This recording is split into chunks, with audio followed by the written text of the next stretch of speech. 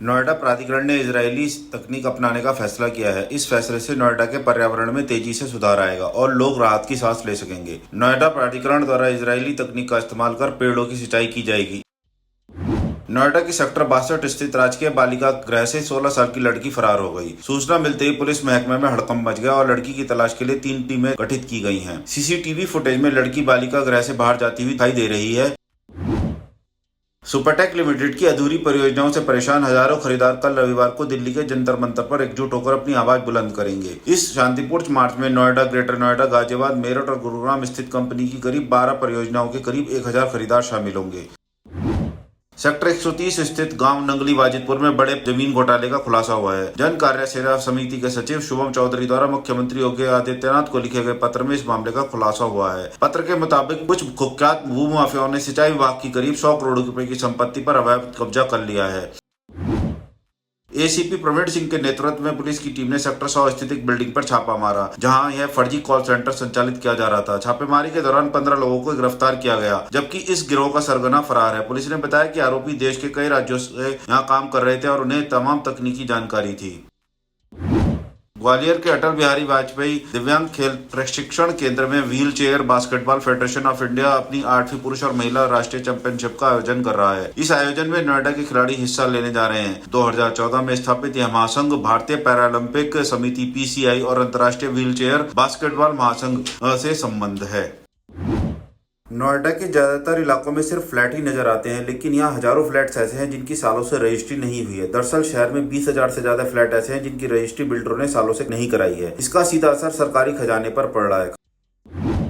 यह बैठक Noida village residents association नोवरा के आमंत्रण पर आयोजित की गई थी। बैठक में करीब 8 गाँव के प्रतिनिधियों ने भाग लिया और रावल के समक्ष अपने अपने गाँवों की समस्याएं रखी। खेल विभाग की सख्त कार्रवाई का सकारात्मक असर गौतम बुद्ध नगर में देखने को मिला है। बिना एनओसी के चल रहे जिम में स्विमिंग पूल पर विभाग की कार्रवाई के बाद पहली बार 200 से अधिक संचालकों ने आधिकारिक एनओसी ली है। नोएडा ग्रेटर नोएडा एक्सप्रेसवे पर लगातार हो रहे सड़क हादसों को रोकने के लिए नोएडा प्राधिकरण की ओर से पहल की गई है। एक्सप्रेसवे पर हादसों के कारणों का पता लगाने के लिए केंद्रीय सड़क एवं अनुसंधान सर्वे करेगा। नोएडा के बाजारों में बढ़ती वाहनों की संख्या के कारण पार्किंग की समस्या गहराती जा रही है। इस समस्या के समाधान के लिए नोएडा अथॉरिटी ने ऑटोमेटेड पजल पार्किंग बनाने पर विचार कर रही है। पहले चरण में यह पार्किंग नोएडा अथॉरिटी के बाहर बनाई जाएगी, जिसमें 50 वाहनों की क्षमता होगी और यह 5 फ्लोर की होगी। शहर में नवरात्रि के अवसर पर जगह जगह दुर्गा माता की मूर्ति को विराजित किया गया है, लेकिन कुछ असामाजिक तत्व के लोग माहौल खराब करने में जुटे हुए हैं। ऐसा एक मामला सेक्टर 134 स्थित जेपी क्लासिक्स हाइट्स सोसाइटी में हुआ है, जहां सोसाइटी की लिफ्ट में लगे मां दुर्गा के पोस्टर को एक युवक द्वारा फाड़ने का वीडियो सोशल मीडिया पर तेजी से वायरल हो रहा है। बच्चों के जन्म प्रमाण पत्र बनाने में सबसे बड़ी चुनौती उनकी सही जन्म तिथि का पता लगाना है। जिन बच्चों का स्कूल में प्रवेश हो चुका है, उनकी स्कूल रिकॉर्ड में लिखी गई जन्म तिथि को आधार बनाया गया है। हालांकि मेडिकल बोर्ड से जन्म तिथि तय करने की जरूरत किसी बच्चे के लिए नहीं पड़ी है। डॉक्टर शुभ्रा ने बताया कि यह प्रक्रिया बच्चों के लिए उनके भविष्य को सुरक्षित करने की दिशा में एक महत्वपूर्ण कदम है, जिससे वे समाज में अपनी पहचान बना सकेंगे। नोएडा प्राधिकरण ने एक महत्वाकांक्षी योजना के तहत सोरखा और सुल्तानपुर गांव में स्थित 2 प्राचीन तालाबों के सौंदर्यीकरण का निर्णय लिया है। इस परियोजना का उद्देश्य न केवल जल संरक्षण है, बल्कि स्थानीय पर्यटन को भी बढ़ावा देना है। नोएडा पुलिस ने एक बड़ी सफलता हासिल करते हुए घर से 7 लाख रुपए की चोरी के मामले का खुलासा किया है। थाना फेज 1 स्थित पुलिस ने गुरुवार को एक घरेलू नौकर और पूर्व ड्राइवर को गिरफ्तार कर चोरी की पूरी रकम बरामद कर ली है। पुलिस ने बताया 2 आरोपियों के खिलाफ कानूनी कार्रवाई की जा रही है।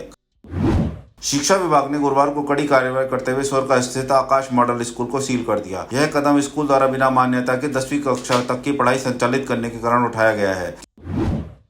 ग्रेटर नोएडा प्राधिकरण के लिए एक महत्वपूर्ण खबर सामने आई है। 3 साल के इंतजार के बाद उन्हें नया महाप्रबंधक परियोजना मिल गया है। यमुना प्राधिकरण के उप महाप्रबंधक आशीष कुमार सिंह को अब ग्रेटर नोएडा प्राधिकरण में महाप्रबंधक परियोजना के पद पर तैनात किया गया है।